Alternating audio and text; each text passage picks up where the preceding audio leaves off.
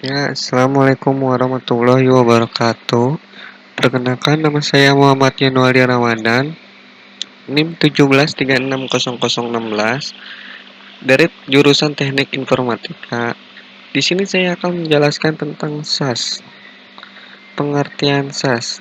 SAS atau Software as a Service adalah perangkat lunak yang dijadikan sebagai layanan dan bersifat online. SAS juga disebut sebagai layanan aplikasi berbasis komputasi awan atau cloud. Ketika menggunakan model layanan SAS, kamu hanya perlu menggunakan aplikasi tersebut tanpa harus memahami hal teknis dari layanan tersebut. Hal ini seperti mengenai penyimpanan data dan server serta pengelolaan perangkat. SAS bisa juga diakses melalui browser dengan menggunakan akun pada aplikasi tersebut. Alih-alih setiap pengguna harus menginstal perangkat lunak di komputer, mereka dapat mengakses program melalui internet. Karakteristik SAS dikelola dari lokasi pusat.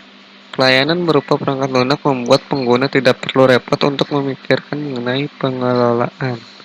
Hal ini karena software tersebut dikelola secara terpusat. 2. Dapat diakses melalui internet.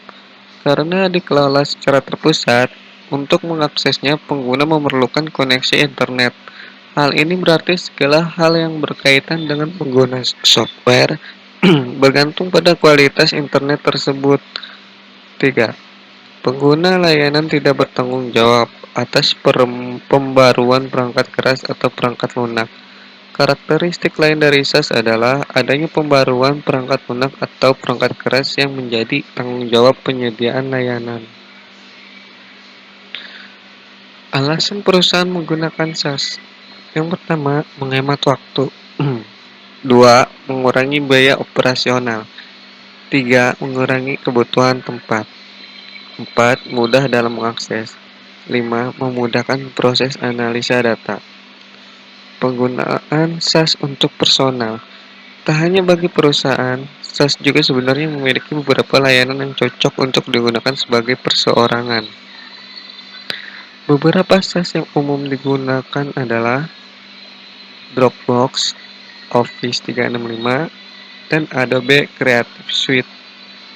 Beberapa keunggulan yang telah disebutkan sebelumnya juga dapat kamu rasakan meskipun hanya untuk penggunaan persona. Hal ini terutama jika kamu memiliki mobilitas tinggi dan sering berpindah perangkat seperti laptop atau smartphone. Dengan menggunakan SAS, kamu akan lebih nyaman dan produktif dalam bekerja. Kekurangan SAS. 1. Keamanan data. Kekurangan pertama yang dimiliki oleh SAS adalah keamanan data. Dengan permintaan yang terus meningkat dan bisnis ini semakin berkembang, permasalahan ini masih kerap terjadi. Perlu konektivitas internet. Seperti yang disampaikan sebelumnya, SAS bertumpu pada layanan berbasis komputasi awan atau cloud computing. Dengan alasan tersebut, diperlukan koneksi internet untuk dapat mengaksesnya dengan maksimal. Tentu hal ini akan menjadi kendala tersendiri jika perusahaan atau pengguna pribadi memiliki konektivitas internet yang buruk. Yang terakhir, adanya keterbatasan fitur. Dalam beberapa kasus, terdapat penyedia layanan yang masih belum memiliki fitur yang lengkap meskipun pamornya sudah cukup baik.